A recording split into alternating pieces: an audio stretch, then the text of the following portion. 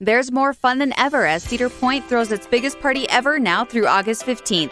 Witness the park's 150-year history in a spectacular nighttime parade. Enter every day for your chance to win a ticket of a lifetime. Ride on Snake River Expedition and taste your way around the point. Don't miss this once-in-a-lifetime celebration. Get your tickets at cedarpoint.com. No purchase necessary. Open to legal residents of the 50 United States and the District of Columbia who are 13 years of age or older. Void in Florida, New York, and where prohibited. Visit ticketofalifetime.com. Sponsor Millennium Operations, LLC, doing business as Cedar Point.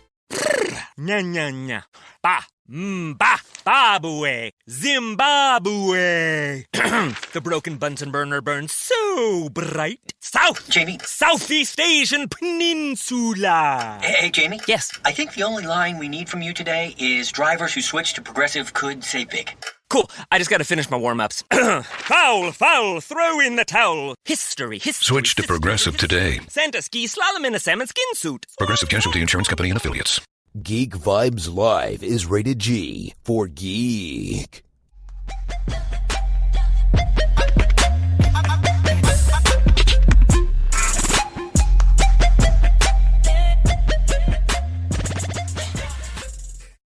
Good morning, good afternoon, good evening, and welcome to another interview. I'm Michael from Geek Vibes Nation, and today I'm joined by Adam Korson from SYFY's newest show, SurrealEstate. Thanks for being here, Adam. Thanks for having me. I'm very happy to be here. How are you doing today? Doing well. It's sunny and hot in Southern California, and we're all is well, thankfully, especially in these times, which we're not completely out of yet. But happy to say that everything is thankfully okay. I'm really glad to hear that. Thank you. How about you? How are you doing? I'm good. It is not quite as hot where I am, but it's still pretty hot. I'm on the East Coast. What part of the East Coast are you in? North Carolina. Ah, yes. Love North Carolina. So we get the tropical humidity every so often.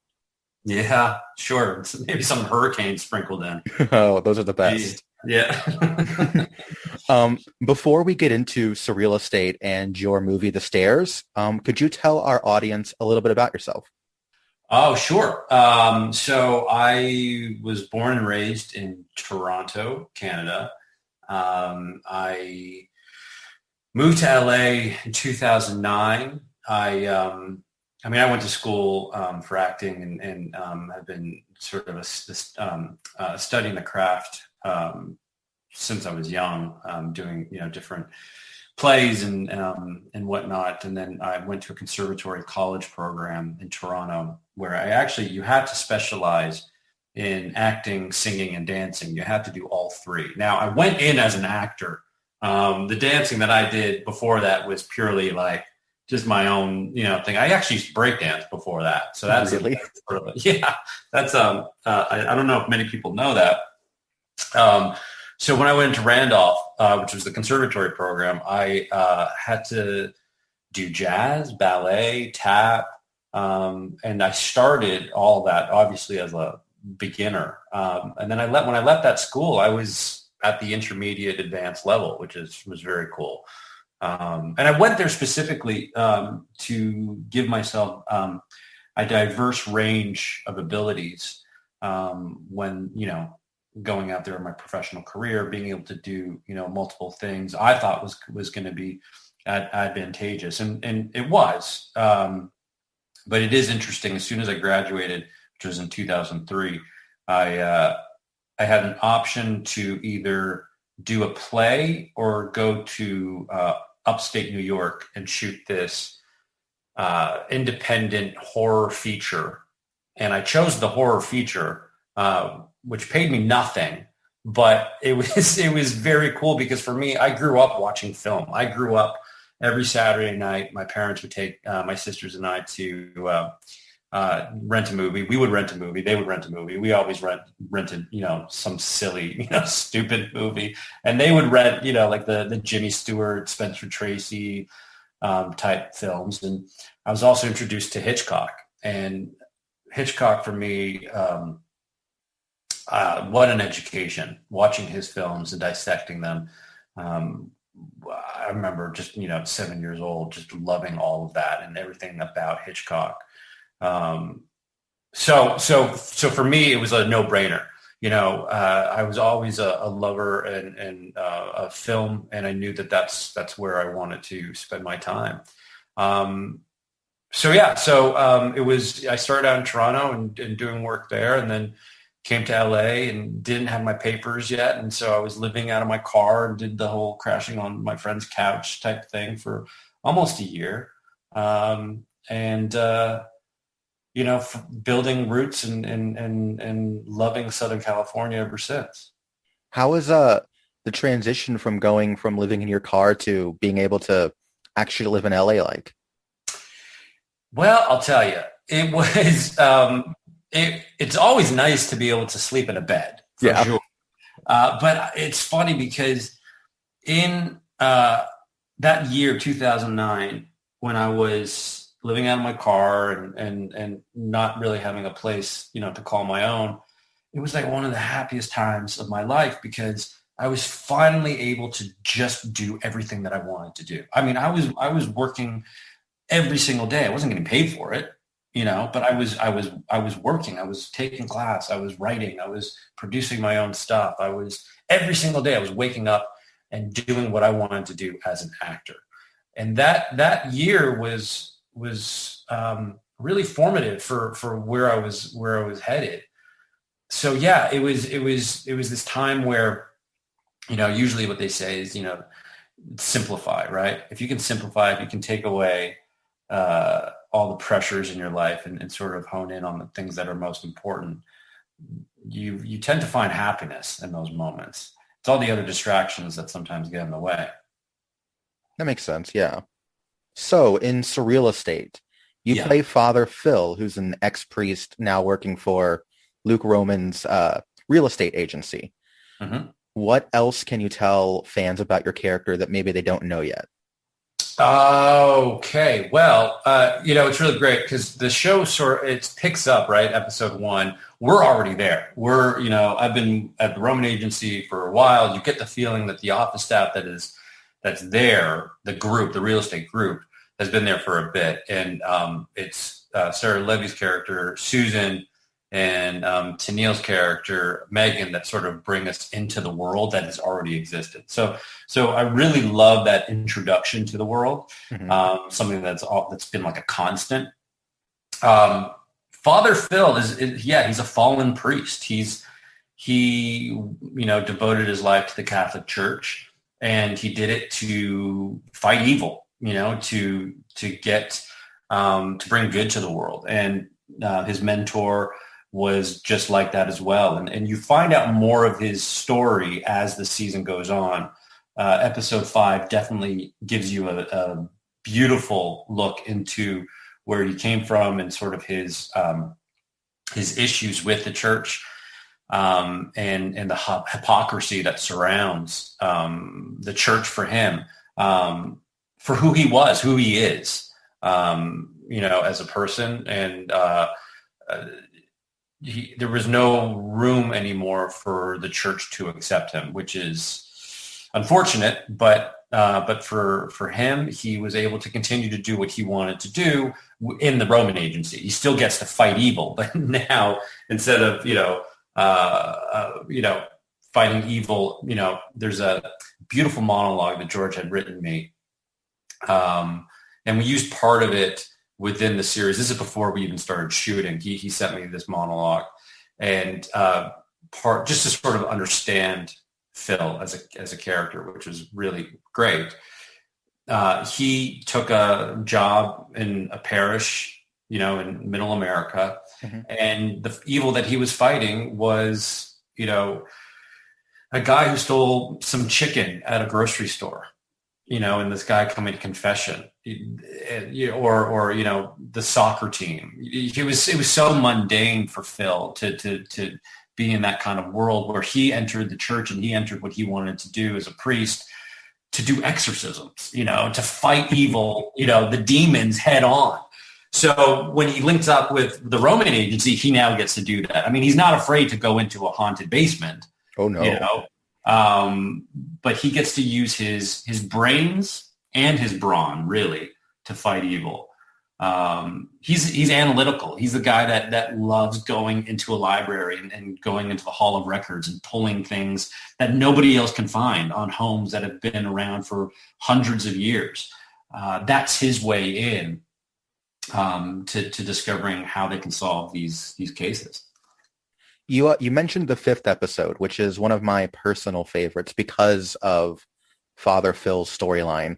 I thought there was a lot of nuance in both the writing and your performance that isn't always present when dealing with stories like that. So I'm kind of curious what that particular episode was like shooting for you.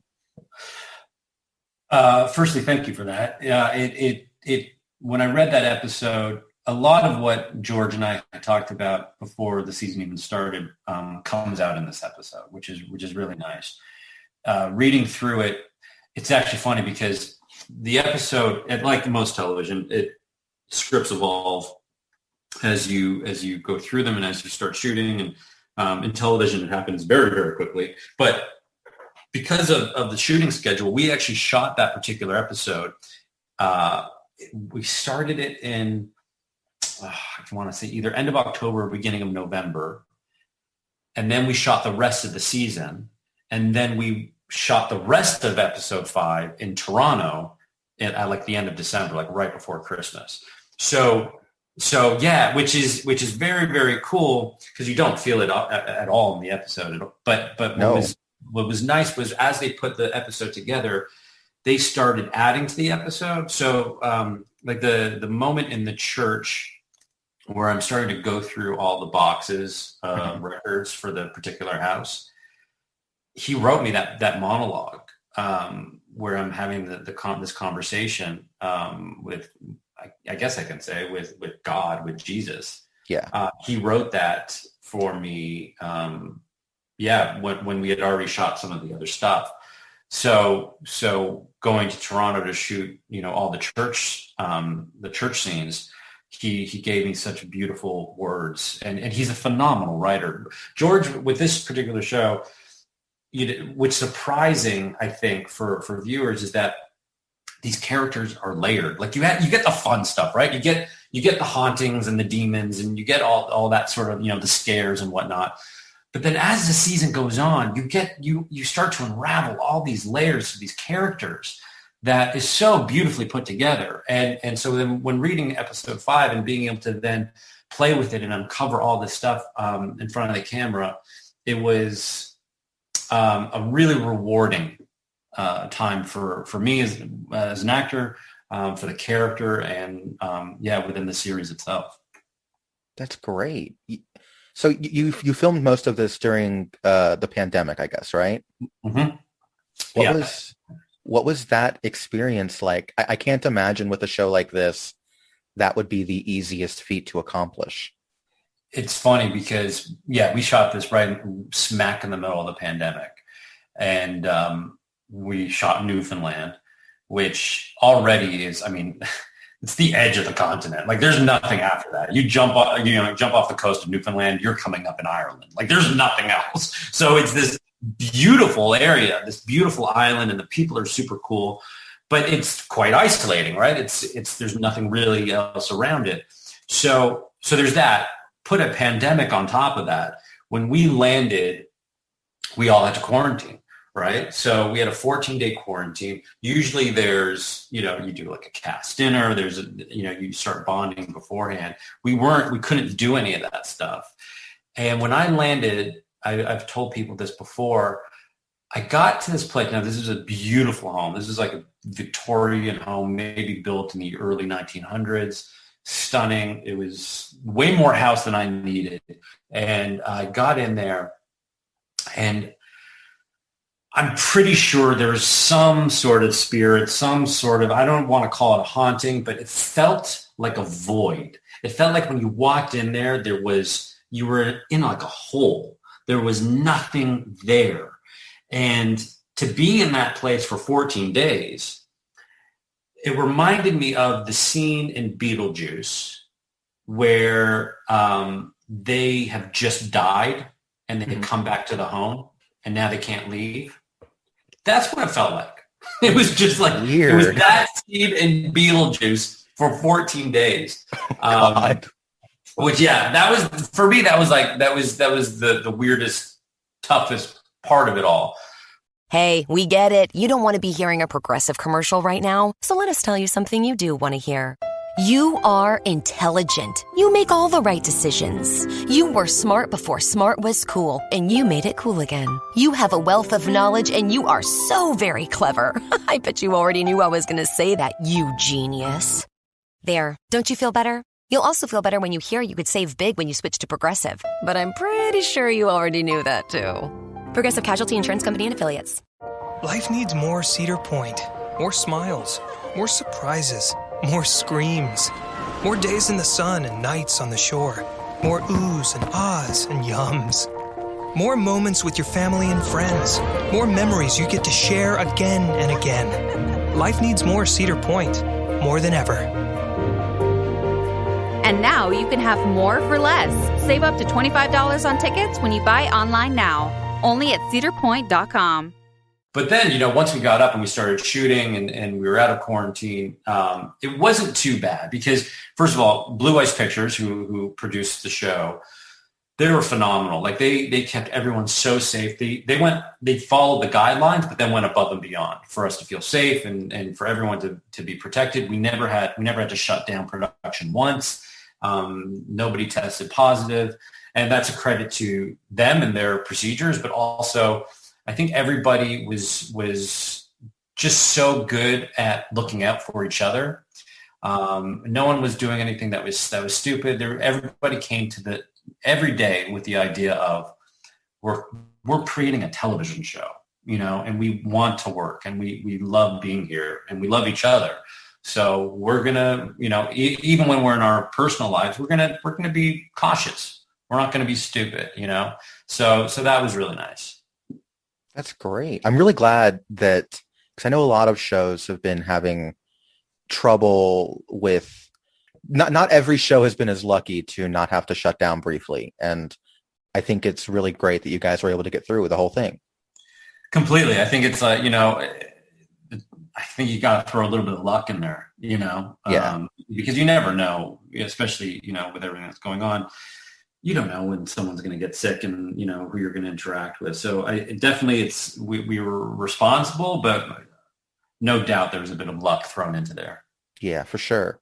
You kind of touched on this a little bit, but given how paranormal the show is, I'm just curious if you've ever had any paranormal experiences yourself.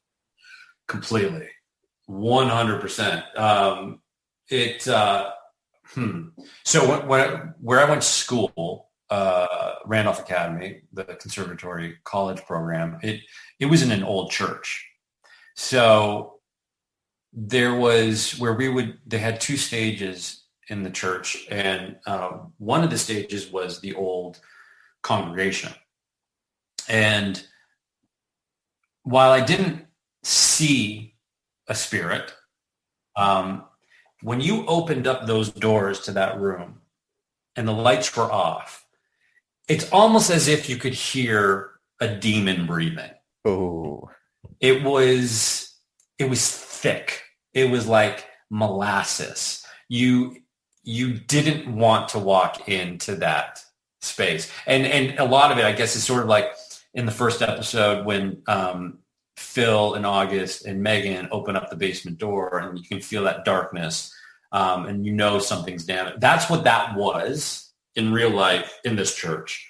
It was freaky. And then funny enough, so the night before we premiered and then the night of the premiere, I honestly don't know what it was, but it was almost as if there was a woman standing beside me whispering. So I don't know what that was. And then finally, I'll tell you this quick story. So when I was in my late teens, it's not so much, dealing with demons or spirits or anything like that, but it was definitely paranormal because I woke up hovering over my body. And it's as vivid and as real as me talking to you right now. I could see myself lying in bed sort of tilting my head going, oh, this is interesting. This is really cool. And then thinking, well, it's probably time to get up. So I'll just get up. And as soon as I finished saying that, I entered my body and woke up. Oh, that's creepy. Oh, it was so cool. It was amazing. It was so cool. Yeah. So I definitely had moments for sure. Did those personal moments make the acting in the show come a little easier to you? Well, I've always been a believer that the life that we live now is not everything. I do think that there is the beyond, and there are things that cannot be explained, or our brain capacity has not reached the level yet where we can understand it all. But I do think that when we die, it's a continuation. So definitely being able to expand my mind and my imagination for these storylines to exist was definitely there, and it was fun to play in that world, where you get to go head to head with a demon. And in episode 5, there's a couple of episodes. It's also episode 6, the start of episode 6. I friggin' love, but the start of episode 5 is also a fun one. Where you get to, I won't give too much away, but we're going head to head with this demon. It was so much fun putting that together. And for me, I love doing my own stunts. And so it was very physical. That was really cool. So totally easy for me to fall into this playground. It was very cool. I think it shows on screen just how much fun all of you are having doing this. We got really lucky. Tim and Sarah are phenomenal people. They're talented, they're kind, they're generous, and they're the leads of our show, right? So they really set the tone, and we're very thankful that not only did they come to work every day and ready to play. And I knew Sarah before, which was great, and Sarah knew Tim obviously before, and there was already sort of this connection that we all had. But even still, it's like if Tim came to set being a complete asshole, that would have spread through the entire cast and crew and whatnot. He was the complete opposite. He was, coming to set every day, wanting to have a blast. And because of that, it allowed all of us to really form this familial vibe. Like we would have the best time collaborating and discovering different things and playing around with each other, both on and off set. It was great. We got lucky. Honestly, we got lucky. It's so great that it works out that way, though. Mm-hmm. It really is. Yeah. Really quickly, I want to touch on your new movie that's coming out, The Stairs. Yeah. What can you tell us about the movie and who you're playing in it? So the Stairs is premiering August 12th. Mm-hmm. And it's a horror feature thriller, and it's about these group of hikers that go into the woods and they get hunted by this thing, I'll say. And, it's that sort of log line sounds like, oh, it's okay. It's a typical horror film. And in some ways it is, but in a lot of ways it's not. And the reason for that, for me, I've already sort of explained this before. I love characters with layers to them. Mm-hmm. Where this story starts is in one place, and then we blast 20 years ahead. And I'm one of the hikers that go into the woods. But as the movie goes on, you start again feeling these characters with depth. Right. And it goes into a place where, especially for my character, that you don't expect to come from. The character I'm playing, Nick, is a lovable, kind guy. He's the guy that wants everyone to like him. He wants to belong, which is really cool. He wants to just, he's ill prepared though for everything, right? Like they're going hiking. He wants to be part of the group. But he brings like 8 cans of chili and, 4 pairs of jeans and everything that you should not bring when you go on a hike. But he just wants to be part of the group. So that's where he starts. I don't want to give too much away, but I will say that he goes through a fascinating arc in the film. And I think where it ends up, character-wise, on a pure character study, I think the audience will be pleasantly surprised. So it's not just a horror, feature. Mm-hmm. There's more to it. And the cast is super cool, and we still, very close today. That's great. I'm really excited to see it when it comes out. Oh, I would love to hear your thoughts on it, because it's I was pleasantly surprised, truthfully.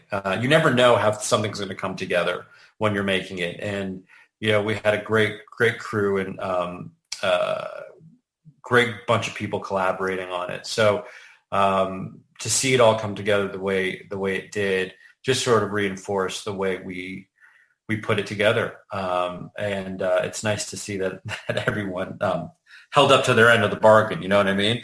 Mm-hmm. That it's a beautiful piece, which is great. And it's August 12th, I think it's something like 700 theaters across the U.S. for like a one night only event. Oh, that's exciting. So people got to get their tickets then. You've had a fairly varied career, doing lots of different genres, but is there one genre or kind of movie or show that you'd really like to do but haven't gotten a chance to yet? Ooh, that's a good question. That's a really good question. Because for me, I love pieces that use both the dramatic and the comedic, because I think that's a true representation of life. Yeah. Life isn't always serious and life isn't always funny, but if you can take something that's serious and inject a bit of humor, you start to have a more well-rounded film or television show. I think for me, I would love to do. I haven't done any sort of like superhero Marvel type thing. I would love to do that. I would love to, be one of the Avengers, but like the guy that like drives like a getaway car, that discovers his power, through the car or something. I don't know, something like that. It'd be great. I'd love to see that. It's like he only has a superpower when he like is in the car. So it's like a blend between Marvel and Transformers. That's exactly what I was thinking. Yeah. My last question for you, it's a question I like to ask a lot of people, and it's, what's your favorite thing that you are watching or reading right now? Ooh, good question. We are obsessed with Succession. Mm-hmm. So can't wait for that to come out. And Yellowstone. We just finished binging Yellowstone. Ooh. So can't wait for that to come out as well. We actually, it's funny because we sort of go through different stages in our watching, our viewing. We're sort of going back now into old movies that we haven't seen in a while. Mm-hmm.